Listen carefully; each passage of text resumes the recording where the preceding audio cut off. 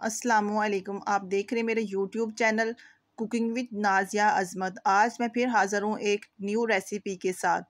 अगर आपको स्किन का प्रॉब्लम है, आपकी स्किन रफ़ डल है और आप चमकती हुई स्किन चाहते हैं, आपके बाल रफ़ हैं, हाइट नहीं बढ़ रही, बच्चे वीक हैं, बड़े बच्चे जिनकी लेग्स, कमर और बॉडी के किसी भी पार्ट में पेन है और वेट गेन नहीं हो रहा, बीमार हैं, वीकनेस फ़ील होती है, तो आपके इन सब प्रॉब्लम का सलूशन आज की इस वीडियो में आपको मिलेगा। अगर आप में ये सब प्रॉब्लम है तो आज की वीडियो आपके लिए बहुत हेल्पफुल होने वाली है। वीडियो को बिना स्किप किए फुल वॉच कीजिएगा। स्टेप बाय स्टेप गाइड करूँगी किस तरह बनाना है और किस तरह खाना है और मज़ीद इसके क्या बेनिफिट्स हैं, सब आपको डिटेल में बताऊंगी। इसलिए आपको वीडियो को बिना स्किप किए फुल वॉच करना होगा। अगर आप चाहते हैं आपके इन सब प्रॉब्लम से छुटकारा, तो आप ये वीडियो ज़रूर देखें।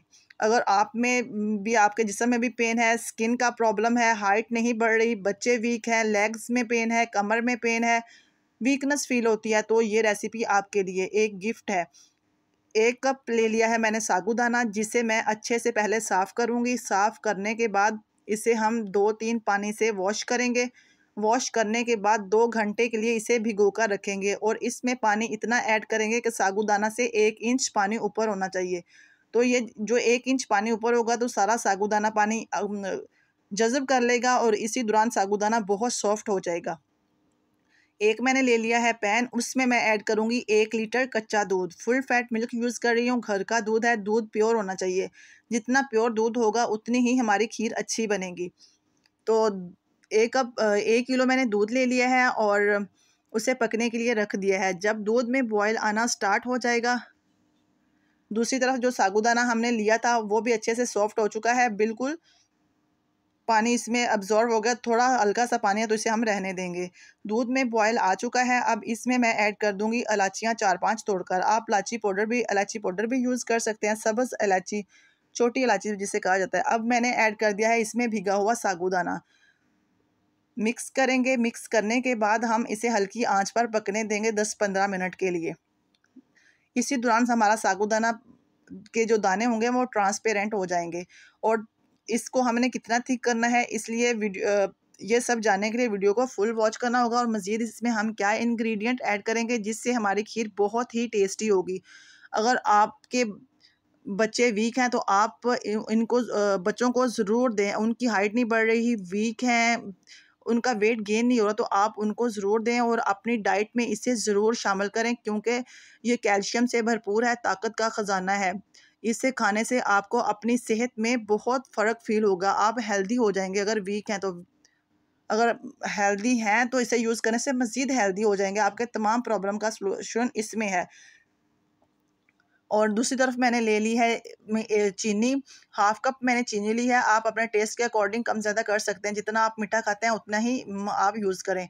1/2 कप चीनी लेके एक पैन में ऐड कर दिया। अब हम इसको करेंगे मेल्ट, ताकि इसका दाना बिल्कुल ख़त्म हो जाए। हम इसको इतना मेल्ट करेंगे और हमने हल्की आंच पर इसको मेल्ट करना है, तेज़ आंच पर नहीं करेंगे। तेज़ आंच पर करेंगे तो ये जल जाएगी और कड़वा कड़वा टेस्ट फील होगा हमारी खीर में, जो अच्छा नहीं लगेगा। बिल्कुल स्लो फ्लेम पर हमने इसको मेल्ट करना है। जब ये मेल्ट हो जाएगी तो फिर हम इसको ऐड कर देंगे, जो हम खीर बना रहे हैं उसमें ऐड करके पकाएंगे अच्छे से।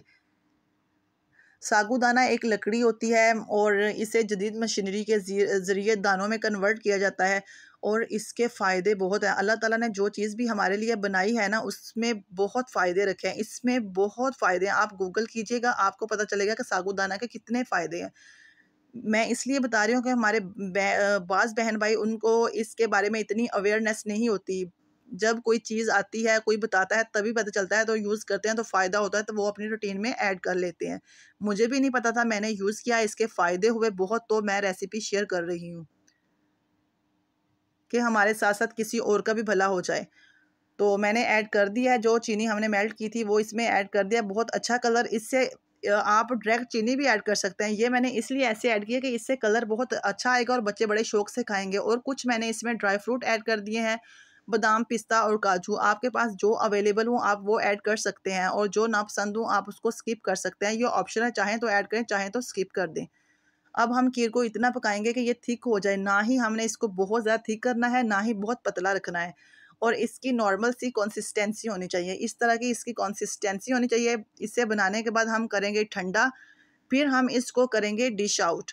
डिश आउट करने के बाद रूम टेम्परेचर में रखेंगे। जब ये बिल्कुल ठंडी हो जाएगी तो फिर हम इसको रखेंगे फ्रिज में। फ्रिज में रखने के बाद जब ये ठंडी हो जाएगी तो सर्व करेंगे। व्यूअर, आप इसे अपनी डाइट में ज़रूर शामिल करें। ब्रेकफ़ास्ट में एक बोल लें या लंच में या डिनर में, जो भी आपको टाइम पसंद हो आप, लेकिन इसे अपनी डाइट में ज़रूर शामिल करें। बहुत इसके फ़ायदे हैं, इसके बेशुमार फ़ायदे हैं। अगर मैं आज बताने बैठूँ तो वीडियो बहुत लंबी हो जाएगी। लंबी वीडियो आप लोग देखते नहीं हो। डिश आउट करने के बाद इसके ऊपर मैं कुछ ड्राई फ्रूट ऐड करूँगी। इससे खीर की लुक बहुत अच्छी आएगी और जो चीज़ देखने में जितनी अच्छी लगती है वो खाने में भी उतनी ही अच्छी लगती है।